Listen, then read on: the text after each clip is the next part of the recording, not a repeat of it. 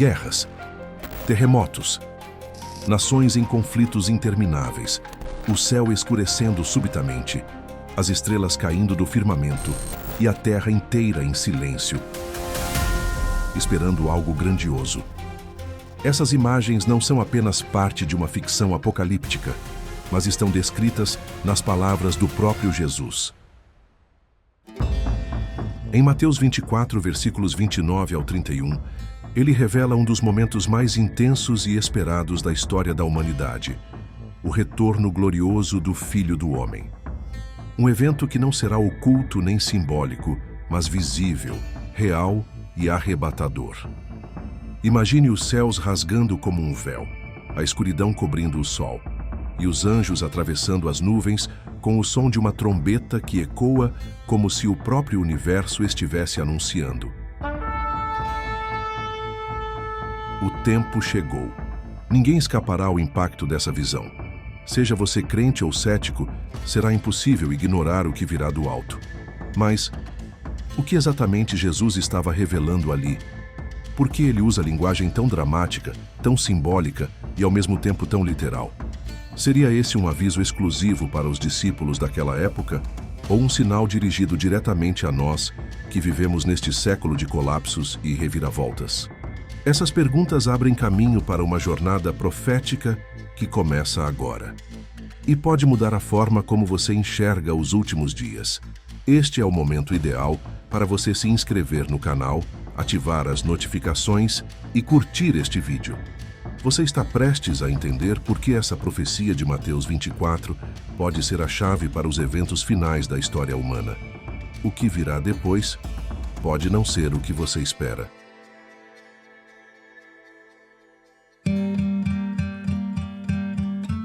Era uma tarde intensa em Jerusalém. Jesus acabava de sair do templo, não apenas fisicamente, mas simbolicamente também. Seus discípulos, ainda maravilhados com a imponência daquelas construções de pedra branca e ouro reluzente, apontavam: Este templo é inacreditável. Mestre, olhe essas pedras, são gigantes. Mas Jesus os surpreende. Não vedes tudo isto? Em verdade vos digo que não ficará aqui pedra sobre pedra que não seja derrubada. Essa declaração explode como uma bomba na mente dos discípulos. Eles não conseguiam imaginar o mundo sem aquele templo. Era o coração da fé judaica, o centro do culto, da tradição, da identidade. E é nesse estado de perplexidade que eles o seguem até o Monte das Oliveiras, de onde se avista Jerusalém por inteiro. Ali, sentados frente a frente com ele, lançam 3 perguntas que carregam o peso da angústia e da esperança. Quando acontecerão essas coisas? Qual será o sinal da tua vinda e do fim dos tempos? A resposta de Jesus não vem com datas. Ela vem como uma narrativa carregada de símbolos, alertas e verdades espirituais que ecoariam por séculos. E entre todos os sinais que ele descreve, guerras, terremotos, falsos profetas, perseguições, há um clímax visual e cósmico que marca o ponto sem retorno. Logo depois da aflição daqueles dias, o sol escurecerá, a lua não dará sua luz, as estrelas cairão do céu e os poderes celestes serão abalados. Mateus 24, versículo 29. Essa não é uma linguagem qualquer. Jesus estava ecoando vozes antigas. Profetas como Isaías, Joel e Ezequiel já haviam anunciado dias em que os céus tremeriam diante do juízo de Deus. Isaías declarou: O sol se envergonhará e a lua se confundirá, quando o Senhor dos Exércitos reinar no Monte Sião. Joel, por sua vez, falou de um grande e terrível dia do Senhor. O sol se converterá em trevas e a lua em sangue, antes que venha o grande e terrível dia do Senhor. Jesus não está apenas respondendo aos discípulos. Ele está conectando o passado ao futuro. Está dizendo, em outras palavras, tudo aquilo que foi dito agora começa a se cumprir em mim. O templo que será destruído é símbolo de algo maior. A queda dele não é o fim, mas o prenúncio de um novo tempo, de uma nova aliança, de um novo reino, não feito por mãos humanas. Naquele momento, os discípulos talvez não tenham compreendido o peso do que ouviam, mas para nós, que vivemos séculos depois e vemos sinais se acumulando em nossa geração, cada palavra ressoa com mais urgência. E o que virá depois do abalo dos céus é ainda mais extraordinário.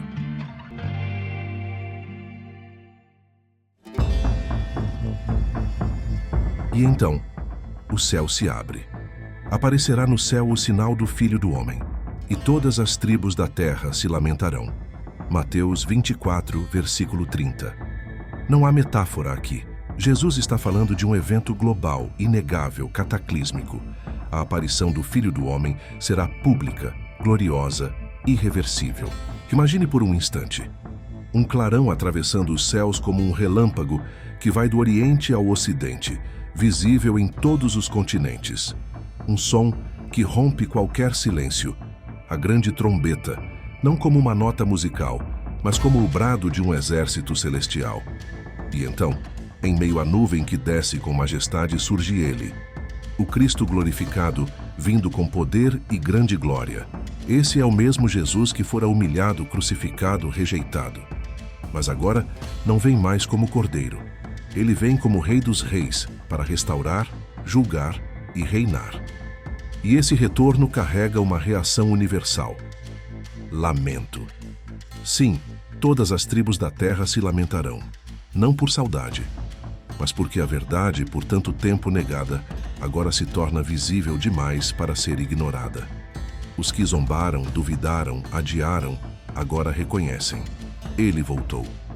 E tudo o que disse era verdade. Mas nem tudo será lamento. No versículo 31, encontramos o contramovimento celestial.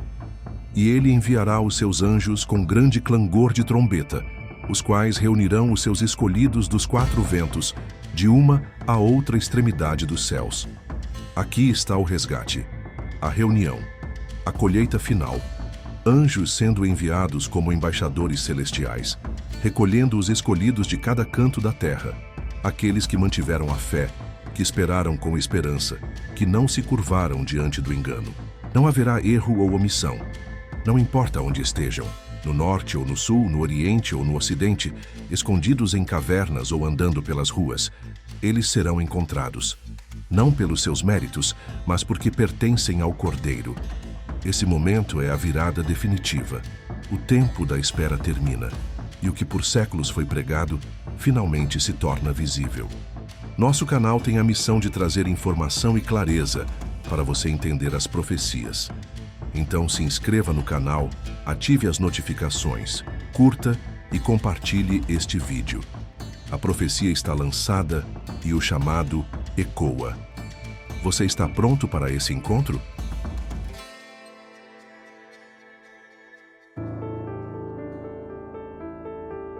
Quando Jesus fala do escurecimento do sol, da lua sem brilho e das estrelas caindo do céu, ele está evocando não apenas imagens apocalípticas, mas o colapso de sistemas espirituais, políticos, religiosos e humanos.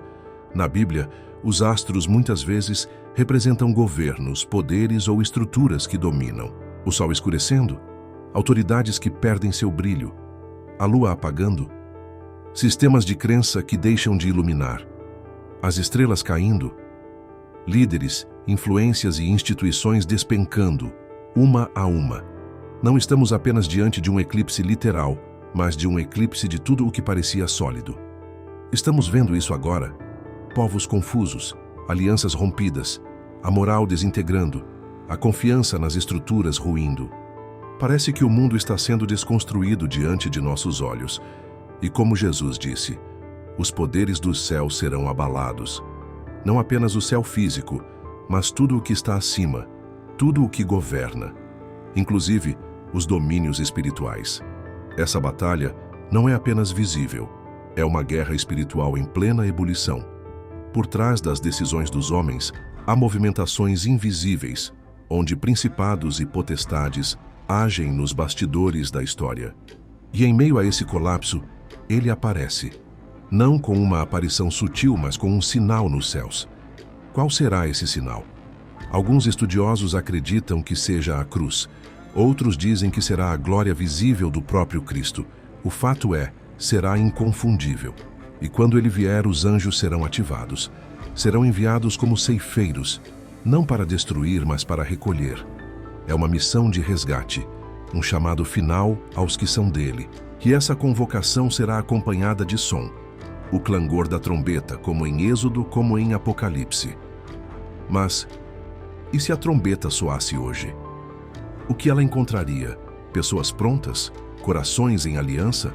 Ou corações distraídos, anestesiados pelas promessas de um mundo em colapso? Essa é a parte que nos atravessa, porque essa profecia não é só sobre o fim, é sobre estar atento. Jesus disse: aprendei a parábola da figueira. E isso virá no próximo bloco.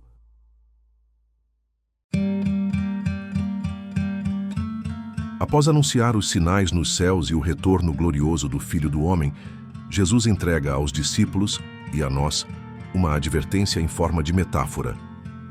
Aprendei, pois, a parábola da figueira. Mateus 24, versículo 32. A figueira, na tradição bíblica, representa muitas vezes Israel, mas também é símbolo de discernimento do tempo. Jesus diz: quando seus ramos se renovam e as folhas começam a brotar, vocês sabem que o verão está próximo. É um convite à atenção.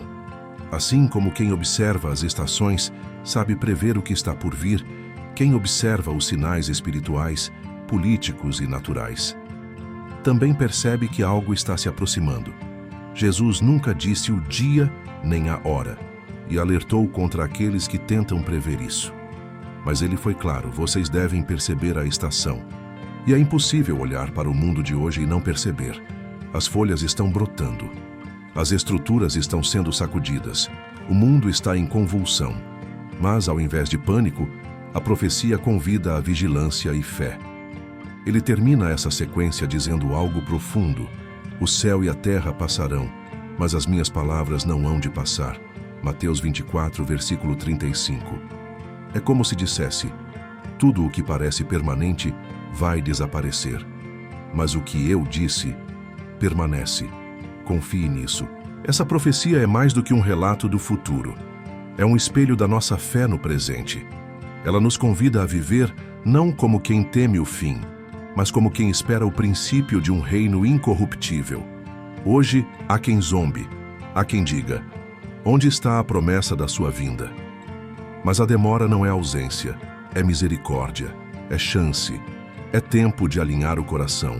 Por isso, mais do que decifrar datas ou cronogramas proféticos, essa mensagem nos ensina a manter a lâmpada acesa, a viver com o espírito vigilante, olhos nos céus e pés na terra, a esperar, não com medo, mas com esperança viva, porque o mesmo Cristo que veio humilde voltará glorioso.